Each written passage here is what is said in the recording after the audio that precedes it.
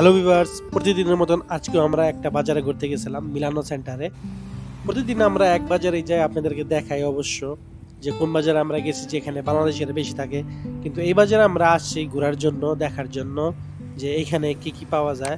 তো চলেন আপনাদেরকে সব বিস্তারিত দেখাবো, জানাবো কোথায় কোথায় গেছি আর কোথায় কোথায় কি কি কিনেছি এই বাজার থেকে। এটা হয়েছে মিলান গারিবালদি, যেখানে বাজার মেলে। মিলান সেন্টারও একটা বাজার মেলে যেখানে বাঙালিরা সবাই আছে, কায়াতসু।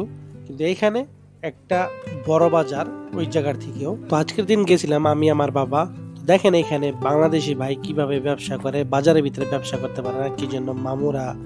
মামু বলতে এখানে পুলিশরা ধাওয়া দেয় আর অনেক টাকা জরিমানা করে, যা আপনার ইটালিতে থাকলে দিতেই হবে। তো দেখেন এই ভাইটা, এই আঙ্কেলটা কিভাবে ব্যবসা করতেছে বাইরে দাঁড়াইয়া। এই টাকায় আমরা দেশে পাঠাই, প্রবাসীদের কষ্ট হয়েছে এইটাই।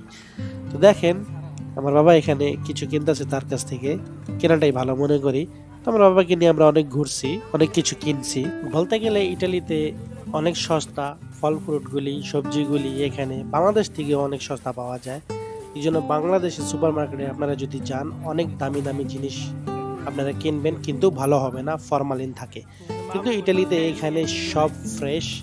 ডেইলি সকালে 4টা বাজে বাজার মিলে, তারপরে 2টা পর্যন্ত থাকে। তো আমরা ঘুরে ঘুরে অনেক দেখতেছিলাম, যা আমাদের দরকার ছিল তো আমরা কিনতে গেছি। অবশ্য বেশিরভাগ ভেজিটেবলসগুলি আমরা কিনি আর ফ্রুটসগুলি কিনে থাকি, যা বাজারে অনেক কম দামে পাওয়া যায় সুপার মার্কেট থেকেও। এখানে বিদেশে সব দেশিরাই আছে, অনেক বড় বাজার এটা। এটা হয়েছে মিলানো গারিবালদিতে। তো আমরা ফ্রুট কিনে নিয়েছি, কিছু ভেজিটেবল কিনে নিয়েছি। তো আমার বাবাকে আমি বেশিরভাগই নিয়ে যাই, কি জন্য সে দামাদামি করতে পারে।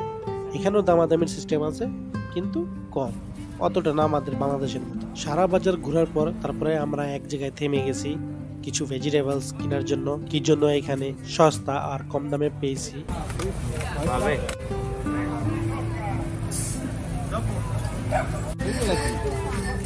শসা, আভোকাডো রস। তো দিন শেষে অনেক কিছু কিনে নিয়েছি। ভিডিওটা যদি ভালো লাগে থাকে, সাবস্ক্রাইব দিয়ে বেল আইকনটা অবশ্যই চাপ দেবেন। আল্লাহ হাফিজ, আসসালামু আলাইকুম, দেখা হবে নেক্সট ভিডিওতে।